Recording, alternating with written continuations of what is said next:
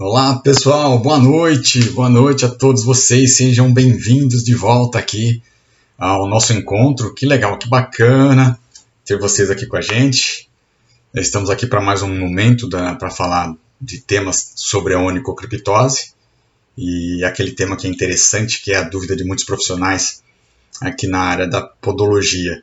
Então, como na semana passada, no nosso último encontro nós falamos um pouco sobre onicocriptose, né? Sobre as causas de onicocriptose, falamos sobre inflamação, infecção, que é um tema muito interessante que a gente precisa conhecer da forma adequada para não cometer os erros na hora da pronúncia, né?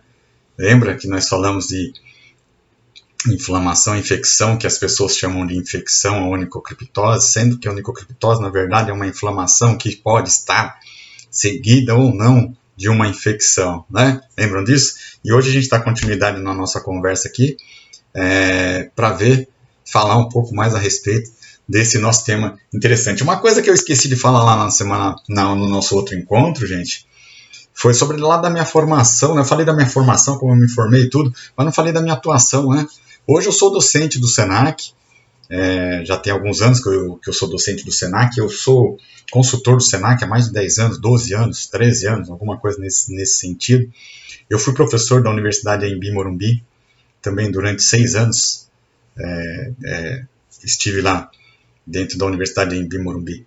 E um dos temas que eu sempre falei, sempre gosto muito de falar, é sobre onicocriptose. Porque, como nós falamos já nas lives, vocês viram a gente comentando nas lives também, existem algumas variáveis de tratamento da onicocriptose, né? Tá, mas falando tudo isso, mas vamos para um outro ponto aqui do nosso dia, do nosso encontro aqui. Falar sobre as complicações da onicocriptose. Se eu não tratar uma onicocriptose, quais são as consequências ali dessa onicocriptose? Se eu fizer um atendimento inadequado, utilizar um produto inadequado, utilizar um instrumental inadequado, eu posso piorar esse quadro da pessoa, posso agravar mais, sim ou não, sem dúvida, né? A gente pensar que isso é uma coisa que pode acontecer, né? De eu agravar a situação do meu paciente. Se a gente for pensar lá num portador, por exemplo, de diabetes mellitus, que a gente sabe que tem já algumas complicações sérias devido à degradação, não, mas o efeito deletério, vamos dizer assim, o efeito deletério que a diabetes causa no organismo da pessoa. Então, vascularização já é deficiente, a sensibilidade deficiente também. Então, uma onicocriptose num portador de diabetes mellitus, por exemplo, a gente falou aqui que a circulação é deficiente, então a cicatrização também é deficiente. Então, sempre num portador diabético, a gente tem que pensar e tem que agir muito rápido, né? Muito rápido, para que essa lesão não evolua, né? Que não piore aquele quadro da pessoa que ela tem. Porque o comprometimento já existe, né? Comprometimento vascular, comprometimento neurológico, ali já existe em alguns diabéticos, né? Principalmente depois de 10 anos que ele tem a doença. Então, nós temos que ser muito rápidos no tratamento dessa onicocriptose. Vocês sabem muito bem, também como eu, que a quantidade de pessoas, portadores de diabetes, que amputam os seus membros inferiores ou parte dos membros inferiores por conta de uma lesão, por conta de uma onicocriptose também. Uma coisa que para nós é muito simples de tratar, muito fácil de fazer, né? Então isso pode evitar complicações sérias aí com os portadores de diabetes mellitus, né? Aquela história, quando a gente fala em diabetes mellitus, de cada 100 pessoas, olha só que esse dado estatístico, né? De cada 100 pessoas que amputam um membro inferior, ou faz uma parte de um membro inferior, um diabético, por exemplo, 19 pessoas, né? De cada 100, 19 pessoas morrem depois de 30 dias, que amputou uma parte, um pé, uma perna, por exemplo. Então, 19 pessoas de cada 100, elas morrem depois de 30 dias. E esse número vai aumentando. Depois de 5 anos, esse número chega a 55, 59% de pessoas que morreram. Então, amputou, depois de 5 anos,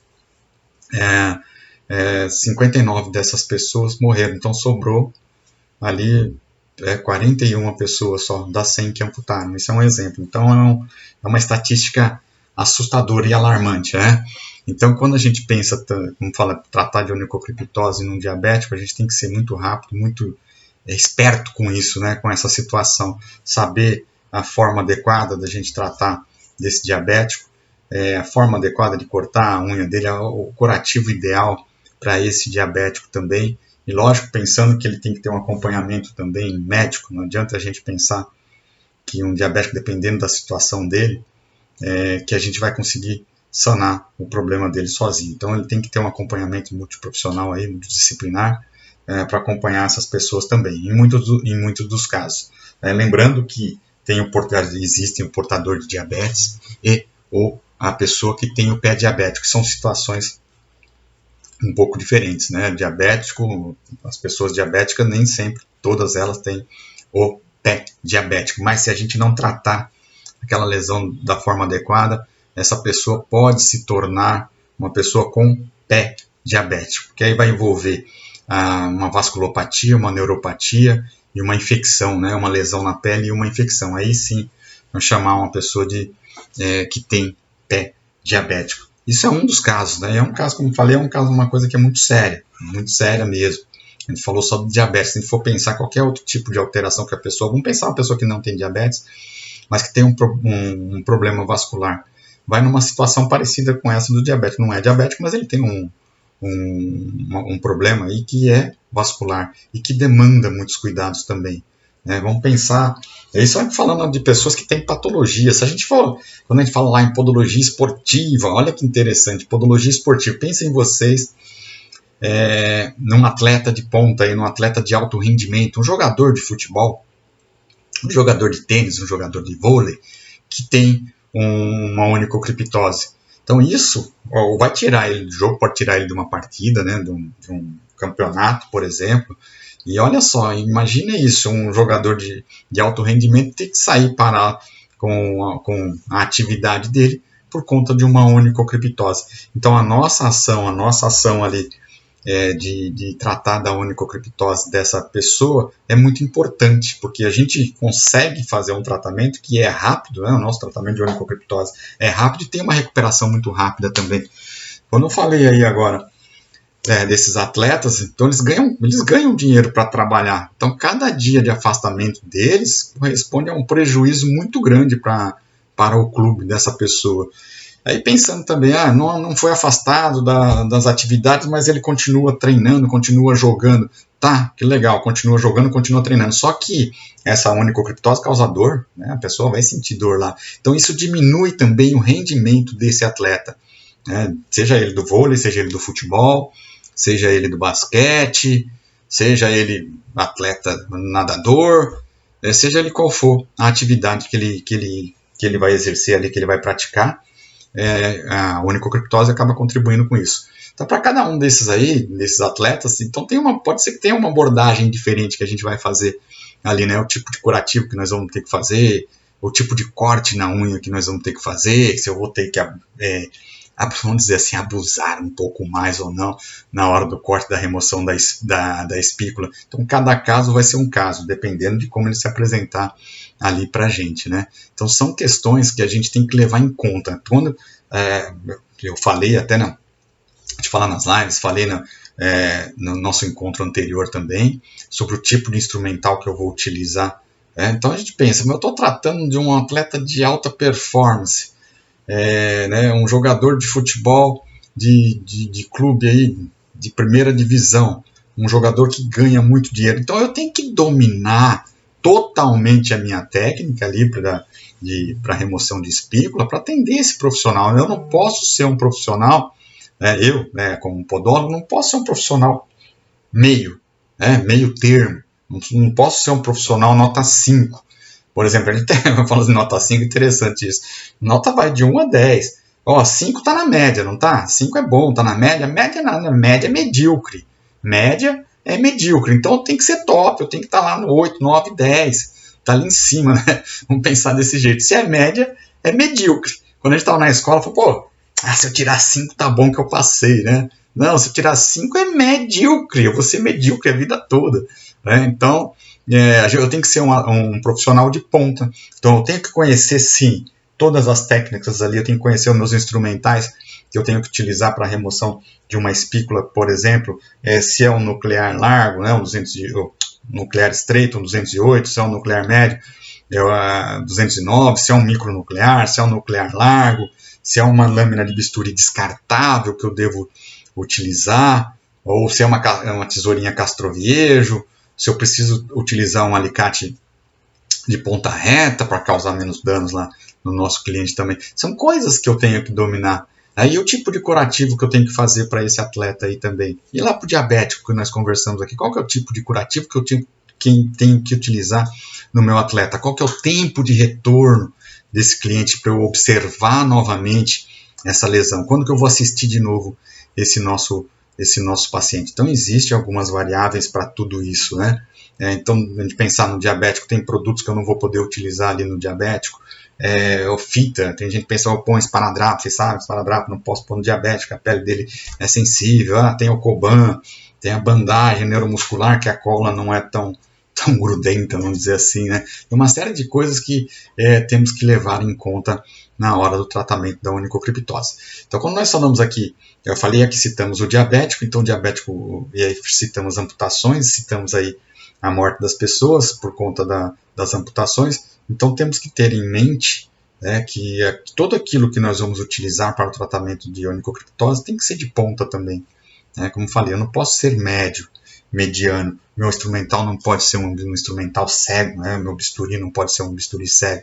Eu quero utilizar uma lâmina 15 que corta muito bem, mas eu tenho que ter uma técnica para cortar essa unha. Eu tenho que saber como é que eu vou cortar, qual que é a direção que eu tenho que cortar, qual que é a força que eu tenho que imprimir ali. Se eu tenho que utilizar um porta-agulha Mathieu, uma pinça depois para remoção dessa espícula. Então são coisas que eu tenho que dominar completamente, totalmente esse tipo de procedimento. E conhecer todas as variáveis que tem, né? Então, se eu sei, porque as pessoas vão falar assim, nossa, a lâmina 15 é muito boa para remover a espícula. É muito boa para remover a espícula, sem dúvida nenhuma, corta, que é uma beleza, mas eu tenho que ter uma técnica lá. Mas aí tem alguns casos que eu vou ter um granuloma muito grande, vamos pensar assim, um granuloma sobreposto à unha, aonde vai me dificultar a utilização de uma lâmina 15. Então, eu tenho que conhecer e saber utilizar uma gúbia, saber utilizar um nuclear estreito, um nuclear médio também. Mas para isso, meus nucleares têm que estar afiados. Então, eu tenho que dominar a técnica também da afiação do meu instrumental. Caso eu não utilize a gúbia, nós temos a gúbia também, que já vem afiada. Mas aí nós temos o problema com importação de gúbia, com registro de Anvisa, essas coisas. Então, se eu não tenho esse recurso, então eu vou pensar no meu nuclear, vou pensar na minha lâmina descartável, como eu disse. Mas em alguns casos, talvez você não consiga utilizar a lâmina descartável, como eu estava falando aqui.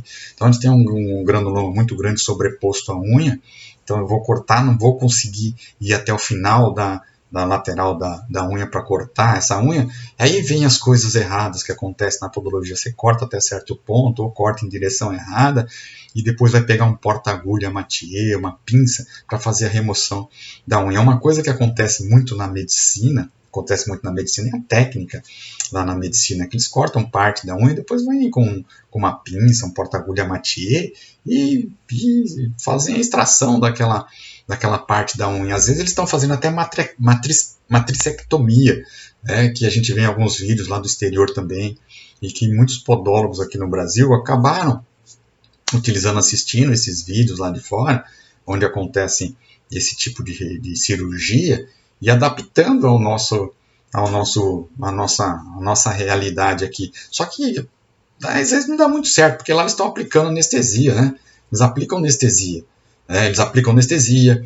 O médico de lá, ou o outro, eles conseguem receitar um anti-inflamatório, conseguem receitar um antibiótico, então eles fazem o procedimento deles lá com anestesia, e ainda estão passando um anti-inflamatório, passando um antibiótico para o paciente fazer a utilização. E com a gente não tem isso. Então a gente querendo adaptar a técnica deles, quando eu falei da lâmina 15 aqui, que você vai até um certo ponto, às vezes não consegue cortar por conta da sobreposição do granuloma sobre a unha. Aí depois vai porta-agulha Mathieu, faz força à custa de dor do cliente, muita dor do cliente, é uma variável da nossa técnica. Vai funcionar? Vai dar certo? Vai. À custa de muito sofrimento do cliente. E a recidiva pode ser muito maior também por conta disso, né? Porque aí você vai lá, puxa, quebra a unha.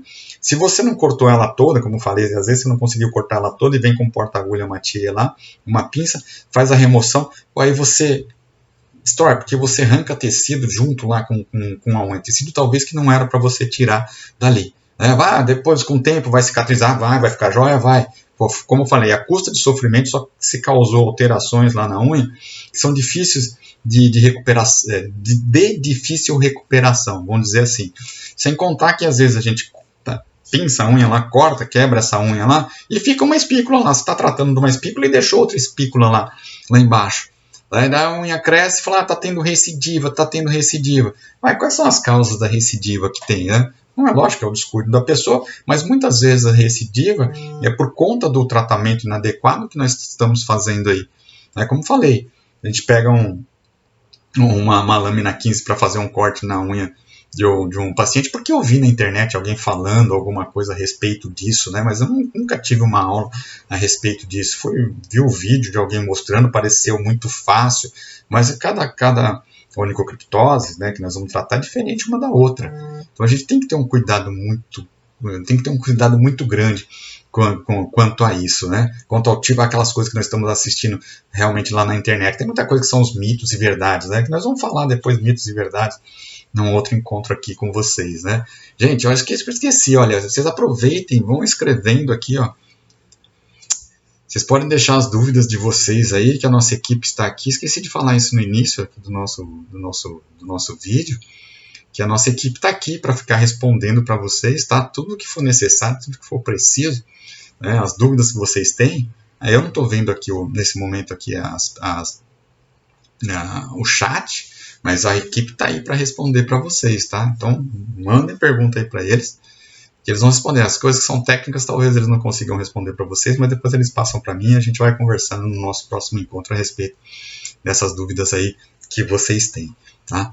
Então, voltando lá para a nossa, que eu falei da nossa lâmina 15, muito boa para cortar, né? Deve ser utilizada, deve ser utilizada por nós. Porém, a gente tem que ter uma técnica adequada, um corte adequado, tem que ter uma mão de pena, né, que eu não vou utilizar essa lâmina descartável, aí a lâmina número 15, por exemplo. É a mesma coisa para a gúbia, que é descartável também. E a gúbia é muito parecida, né, o uso dela, com os nucleares, com 208, com 209, que é uma coisa que eu tenho que saber utilizar também. Tem uma coisa muito importante na hora da utilização desses instrumentais, desses nucleares, né, que a gente observa as pessoas fazendo, e já vi isso usando nuclear largo, por exemplo.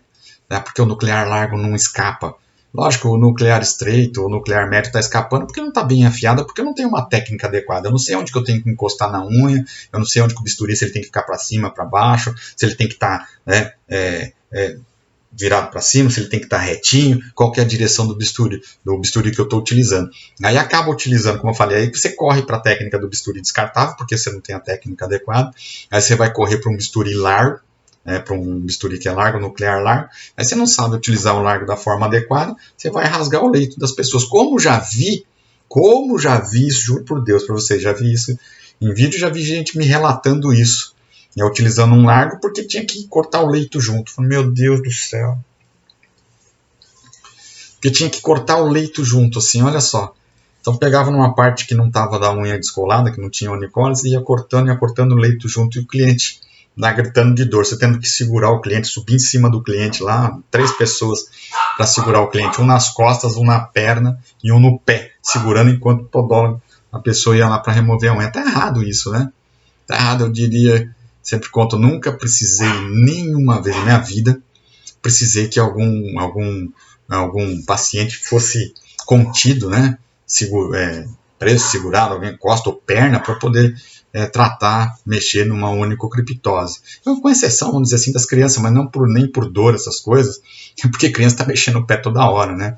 Aí, às vezes, as mães, os pais têm que segurar o pé, mas, como falei, não por dor, porque a criança está mexendo, movimentando o pé todo o tempo, não quer nem deixar mexer. Eu nunca tive um paciente que teve necessidade de ter, como falei, de ser contido. Por quê? Porque a técnica é adequada, porque a técnica que a gente estava utilizando é adequada, porque o instrumental que estávamos utilizando é adequado. porque ele está bem afiado, né? Ele tem uma largura de acordo com a largura da unha. Então, a força que a gente está utilizando é adequada, como eu falei. Às vezes a pessoa está utilizando força inadequada, né? Ele fala assim, mão de pedreiro, mão pesada, vamos dizer assim. Vai tratar, vai fazer a mesma coisa que eu, vai fazer a mesma coisa que eu, vai curar a onicocriptose, mas a custa de dor do cliente, né? A sofrimento da pessoa, sangrar a unha para tudo que é lado lá, ficar escorrendo sangue no pé. Então, tem alguma coisa errada, né? Se acontece isso com a gente, é porque alguma coisa está errada. Como eu falei lá no outro vídeo, no outro encontro com vocês, na outra aula com vocês, eu vejo uma coisa sempre na minha cabeça que aconteceu, né, na escola, na hora que o professor estava fazendo, né, eu estudando, eu era aluno, o professor, para remover a espícula, escapou o bisturi e enterrou lá no dedo do cliente, né? Então aquilo vem na cabeça sempre na nossa cabeça, e pensar que a gente tem que fazer alguma coisa para que isso não aconteça. Então meu medo de acontecer isso é muito grande. Então a gente fala assim, a gente desenvolve técnicas, e vocês vão ver isso na nossa imersão, que é dia 19, para que isso não aconteça, para que esse bisturi não escape, né, enterre lá no dedo do nosso cliente, né, do nosso paciente. Porque se ele estiver bem afiado, se eu tiver uma direção adequada, se eu tiver uma limitação de movimento, eu diria isso, né, uma limitação de movimento, está tocando aqui, se eu tenho uma limitação de movimento, e que impeça que esse bisturi, que mesmo ele escapando, que ele não penetre ali no tecido, né? Não penetre, não escape no granuloma de forma alguma. É lógico que o paciente pode sentir um pouquinho, sim, de incômodo na hora que a gente está removendo a espícula lá, isso é natural.